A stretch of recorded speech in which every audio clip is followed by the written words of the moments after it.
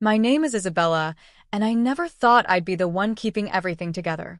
At 27, most people my age are focused on their careers or figuring out their lives. But here I am, trying to manage my own life while also paying for almost everything my family needs.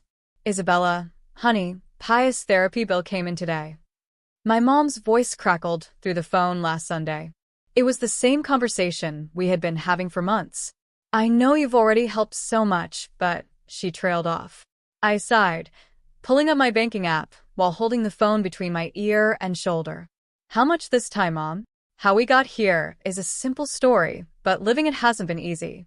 My sister Katie, who is 3 years older than me, had what my mom calls a career setback a year ago. That's putting it nicely. The truth is, Katie had a complete breakdown when she didn't get the promotion she wanted. Instead of handling it professionally, she quit on the spot, burning bridges faster than a wildfire. I can't believe they picked Brianna over me. Katie had sobbed into my shoulder that day. Do you know how long I've worked there? How hard I've tried? I remember sitting in my new apartment, the one I was so proud to rent after graduating, listening to her rant. I thought she'd calm down in a few weeks, maybe even find a better job. That's not what happened. 7 months passed while she processed everything. Then another 7 months of only applying to certain jobs. That's how my parents explained her unemployment. Meanwhile, I was the one making sure my parents' bills got paid, their fridge had food, and Katie could keep seeing her therapist 4 times a week. The therapy is really helping her, Mom would say as I transferred another chunk of my paycheck to their account. She's making progress. Progress? From where I stood, all I saw was more money leaving my bank account. I saw my sister sitting around at our childhood home, scrolling through job listings with crazy requirements, like jobs that had 5-day weekends and unlimited vacation time. Meanwhile, I was working overtime at my marketing job, taking on extra clients, and barely having time to breathe. This past year has been exhausting for all of us. I could see the stress on my parents, too. Mom's face had more worry lines, and Dad's shoulders slumped lower every time Katie turned down another job for not being good enough. Looking at my tired parents, I knew we all needed something good to look forward to. That's when I started planning a trip to Rome, just for the 3 of us. I spent weeks organizing everything down to the smallest detail. The perfect hotel, private tours, and experiences just for them. A cheese tasting tour for Mom. She had always dreamed of trying real Italian cheese. A vineyard and wine tour for Dad. He loved a good glass of red. I thought this trip would be perfect. A way for us to forget the stress and create happy memories.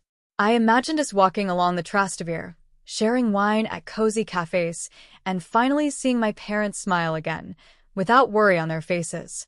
But life can change in a second. One moment, I was driving to meet a client, thinking about my presentation and our trip the next day. The next, there was a loud crash. The screech of metal. Then nothing. I don't remember much about the accident. Just bits and pieces. Sirens. Paramedics talking. Bright lights overhead. When I fully woke up, I was in a hospital bed. My whole body ached like one giant bruise. The doctor said I needed emergency surgery, but it had gone well. Still, I wouldn't be leaving anytime soon. You're very lucky, a nurse told me as she adjusted my fore. The airbags saved you from the worst of it, but that other car hit you hard. I was still groggy when my parents and Katie walked into the room. Mom was holding her favorite travel purse, the one she bought just for the Rome trip. Seeing it made my stomach drop. I'm so sorry, I said, my voice scratchy from the breathing tube. We'll have to postpone the trip. Don't worry, I'll cancel everything today, and we can go when I'm better. I expected them to be understanding, maybe even a little disappointed, but still supportive. But what happened next, I wasn't ready for. Instead of comfort, my mom spoke in an oddly calm voice. Oh, there's no need to cancel anything, honey. I blinked, sure that the painkillers were making me hear things wrong. What? Your dad and I have been talking, she said, adjusting her purse strap. We think we should still go. You can rest here, and we'll take Katie with us instead. Her words hit me harder than the car that crashed into me. I stared at them, waiting for someone to say it was a joke. Katie's been through a lot this year, Mom added, patting my sister's shoulder. She really needs this break, too. Katie stepped forward. You were supposed to watch the house while we were gone, she said. Since you can't, you'll need to hire someone. Make sure they're reliable. I lay there, my mouth open, unable to speak. This couldn't be real. My own family was standing there, talking about their vacation while I was lying in a hospital bed, less than a day after major surgery. Then they actually waved and walked out, leaving me alone with the steady beep of the heart monitor and the painful realization that they had just abandoned me for a trip I had planned and paid for. I lay in bed for what felt like hours, staring at the ceiling, trying to make sense of it. The pain meds couldn't dull the ache in my chest, the one that had nothing to do with my injuries. They didn't even ask how I was feeling. I whispered to myself. Not about the surgery. Not about the accident. Not about anything. A nurse passed by for the third time, probably noticing my heart rate going up on the monitor. She stopped in the doorway, concern on her face. Everything okay, honey? Your numbers are a bit high. My phone, I said, suddenly remembering. Could you please get my phone? It should be with my things. A few minutes later, she returned with a plastic hospital bag. My hands shook slightly as I pulled out my phone, relieved to see it wasn't damaged. The screen lit up with my old background, a Christmas picture of me and my parents. I quickly changed it to the default wallpaper. At least something survived the crash, I muttered. Then I opened my email app. There it was, my Rome trip folder, full of all the confirmations and plans I had worked so hard on. I stared at it for a moment. Well, I said to myself, my fingers hovering over the first email, if they want to treat me like a travel agent instead of a daughter, I'll act like one. And one by one, I started canceling everything. One by one. First, the hotel. A few clicks, and the beautiful suite with a view of the Municipio 9 was gone. Next, all the private tours. Mom's cheese tour? Cancelled. Dad's wine tour? Gone. The private guide for the Prati, the evening cruise on the Trastevere, the skip-the-line Municipio 9 passes. I cancelled them all. With each cancellation, I felt a mix of emotions. Sadness? Yes, because I had dreamed of enjoying these experiences with my parents. But also, something else, not exactly satisfaction, but maybe justice. They treated my accident as an inconvenience. They chose to take Katie, who hadn't worked or contributed to anything in a year, on a trip that I paid for, while I lay in a hospital bed. The last thing left to cancel was their return flight. I stared at the confirmation for a long moment before clicking the button. A small, petty part of me wondered how they'd react when they realized they had to figure out their own way home. Once everything was canceled, I put my phone on silent, placed it face down on the bedside table, and closed my eyes. They'd figure it out soon enough. Maybe somewhere over the Atlantic, they'd realize that actions have consequences, even in families. Maybe when they landed in Rome with no hotel, no tours, and no flight home, they'd finally understand what it feels like to be abandoned and left to figure things out alone. The first message came at 3:25 a.m. They must have just arrived in Rome and gone to check into the hotel. My phone lit up on the table, buzzing silently. Despite the pain in my ribs, I smiled a little. By breakfast, I had 15 missed calls. By lunch, 40. The messages started piling up, too. I kept a little tally on the back of my hospital meal menu just for fun. Missed calls. Mom, 25. Dad, 18. Katie, 48. Text messages, 50 and counting. Voicemails, 21. I smirked. Let's see what's so urgent that they'd blow up a hospital patient's phone. When the count passed 51, I finally picked up my phone, wincing as I moved. Katie's messages were first. How could you be so cruel and selfish? We're standing in the hotel lobby with nowhere to go. You're absolutely heartless. Then Mom. Isabella, I am so disappointed in you. This isn't how we treat family. We've never done anything like this to each other before. I don't understand why you're doing this to us. We're your parents. I stared at the screen, shaking my head. Now, they wanted to talk about family? I couldn't help but laugh, even though it hurt my stitches. We've never done anything like this to each other before. Really? What about leaving your injured daughter in the hospital to go on a vacation she paid for? Dad's messages were shorter, but just as demanding. Call now.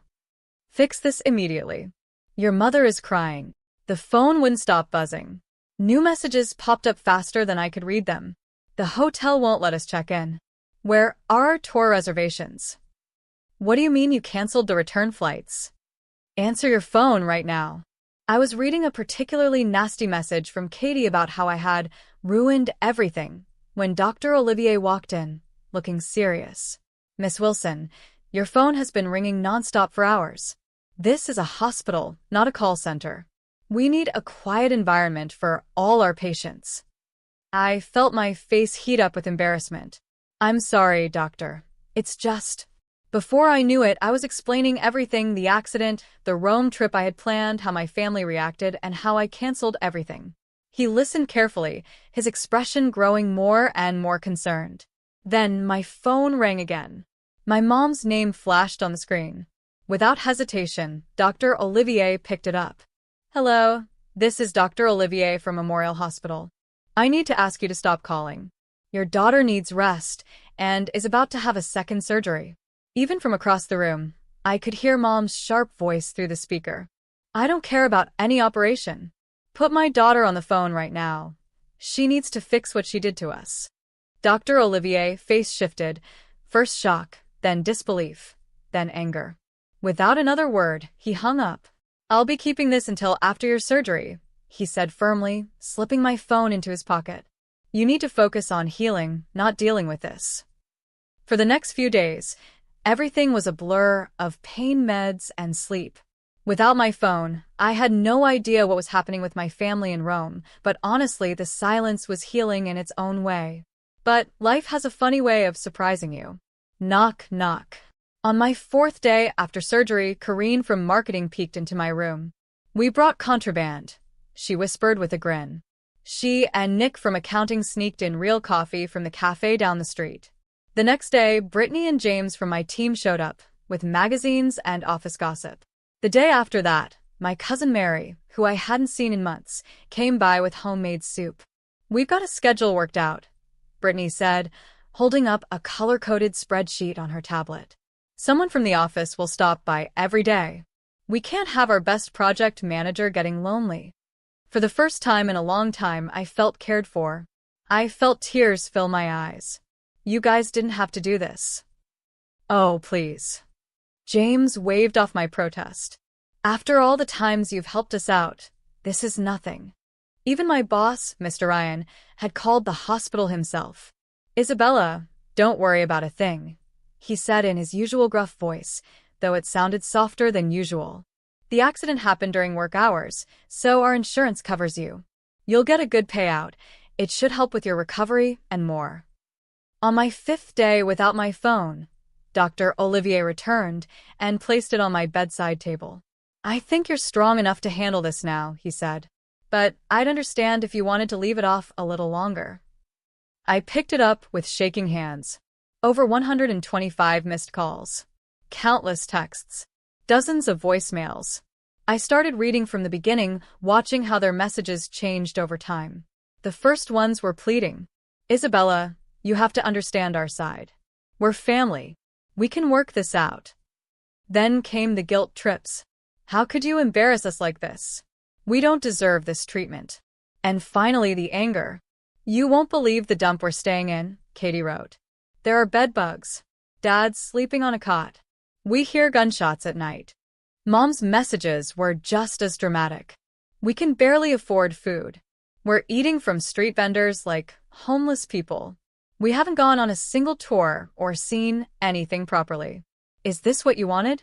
To make your parents suffer? The latest message was a demand for return tickets home, followed by multiple threats about what would happen if I didn't fix things immediately. I sighed and placed the phone face down on the table, just as another knock came at my door. It was Sophie from HR, holding a deck of cards and a bag of cookies she had smuggled in. Ready to learn poker? She asked with a grin. I looked at her, then at my phone. And I made a choice. I turned my phone off completely and smiled. Deal me in, I was actually having a good day when they burst in. My physical therapist had just finished our session, and I felt proud of myself. I had managed to walk a few steps on my own. Then I heard it. The sound of rolling suitcases on the hospital floor. My only warning. Seconds later, they stormed into my room like a hurricane. How dare you? Mom's face was red with fury, still in her travel clothes. How dare you do this to us? Right behind her, Katie dragged her designer suitcase, eyes blazing. The suitcase Katie was dragging? I had bought it for her last Christmas. Dad stood in the doorway, looking both angry and embarrassed. Nurse Kate, who had been adjusting my quickly stepped between them and my bed. Lower your voices. This is a hospital, not a circus tent. But they didn't listen. 3 weeks of frustration exploded out of Katie like a burst dam. She's fine here. Katie threw her hands up, motioning around my private hospital room. Look at her, lying in a clean bed, getting 3 meals a day, while we suffered. Something inside me snapped. Maybe it was the painkillers giving me courage. Or maybe I had finally had enough. Suffered. My voice was quiet, but sharp. Let's talk about suffering, shall we? The room fell silent. For the past year, I have worked myself to exhaustion, paying the bills, buying groceries, covering Katie's therapy sessions, while she sat at home, turning down perfectly good jobs because they weren't perfect enough. Mom opened her mouth to speak. I raised my hand. Not this time. I planned this trip as a gift. I spent months organizing everything. I paid for it all with my own money. Then I got into a serious accident, needed emergency surgery, and what did you do? Did you ask how I was feeling? Did you care if I was okay? No. You took Katie, the person who hasn't contributed a single penny to this family in over a year, on my vacation, while I lay in a hospital bed. I could see the first flickers of shame on Mom's face. But it didn't last long. You can afford to go to Rome anytime, she snapped. This might have been our only chance. Then Katie, my own sister, delivered the final blow. Besides, you might have been left disabled after the accident. Then you definitely would have canceled everything. That's why I convinced Mom and Dad we should go while everything was still paid for. The room went dead silent. Even Mom looked shocked. My fingers trembled as I reached for the call button. The speaker crackled. Security, please. I need 4 people escorted out of my room. And I want them added to the restricted visitors list. Isabella, don't you dare. Mom started. But it was too late. 3 security guards stepped into the room. This patient is recovering from major surgery, one of them said firmly. I'm going to have to ask you to leave. I watched as they were led away. Mom's angry voice echoed down the hall. Dad's silence said everything. Katie's protests faded as they disappeared from sight. The next day, I did something I should have done months ago. I blocked their numbers. All of them. My finger hovered over Dad's contact for a moment longer than the others. But in the end, his silence had been just as painful as their actions. Then, I opened my banking apps. I canceled all the automatic payments I had set up for my family. No more monthly transfers for Katie's therapy. No more paying their utility bills. No more grocery money. I felt lighter, like a weight had been lifted off my shoulders. For the first time in a long time, I could breathe. 3 weeks later, I was discharged from the hospital. When I finally got home, my apartment felt like a sanctuary. My work friends had cleaned it, stocked the fridge, and even put fresh flowers on the kitchen counter. No family drama. No guilt trips. No financial demands. Just peace and quiet. I focused on getting better. I did my physical therapy exercises. I started working remotely. Slowly, life fell into a rhythm, one that didn't revolve around fixing my family's problems. Then, about a month after I left the hospital, my phone buzzed with messages from cousins and family friends. Mom had taken her complaints to Facebook. My own daughter has abandoned us in our time of need, she wrote. After everything we've done for her, she has turned her back on her poor, struggling parents. Katie can't find work, bills are piling up, and Isabella won't even return our calls. Some of her friends, who didn't know the truth, jumped in to comfort her. How terrible! After raising such an ungrateful child, family should always come first. I'll pray for your daughter to come back to you. I was about to close the app when a new comment popped up. It was from my cousin Mary. Aunt Linda, are you seriously playing the victim? You left Isabella alone in the hospital after her car accident to go on a vacation she paid for. You took Katie instead of supporting your injured daughter. We all know what really happened. Then more relatives started commenting. They shared details, how I had supported my parents for a year while Katie refused to work, how I had planned the Rome trip as a gift, how they visited me in the hospital while my own parents were off touring Europe. 3 days later, the post disappeared. But by then, screenshots were already spreading in the family group chat. Mom's plan to make herself the victim had backfired completely.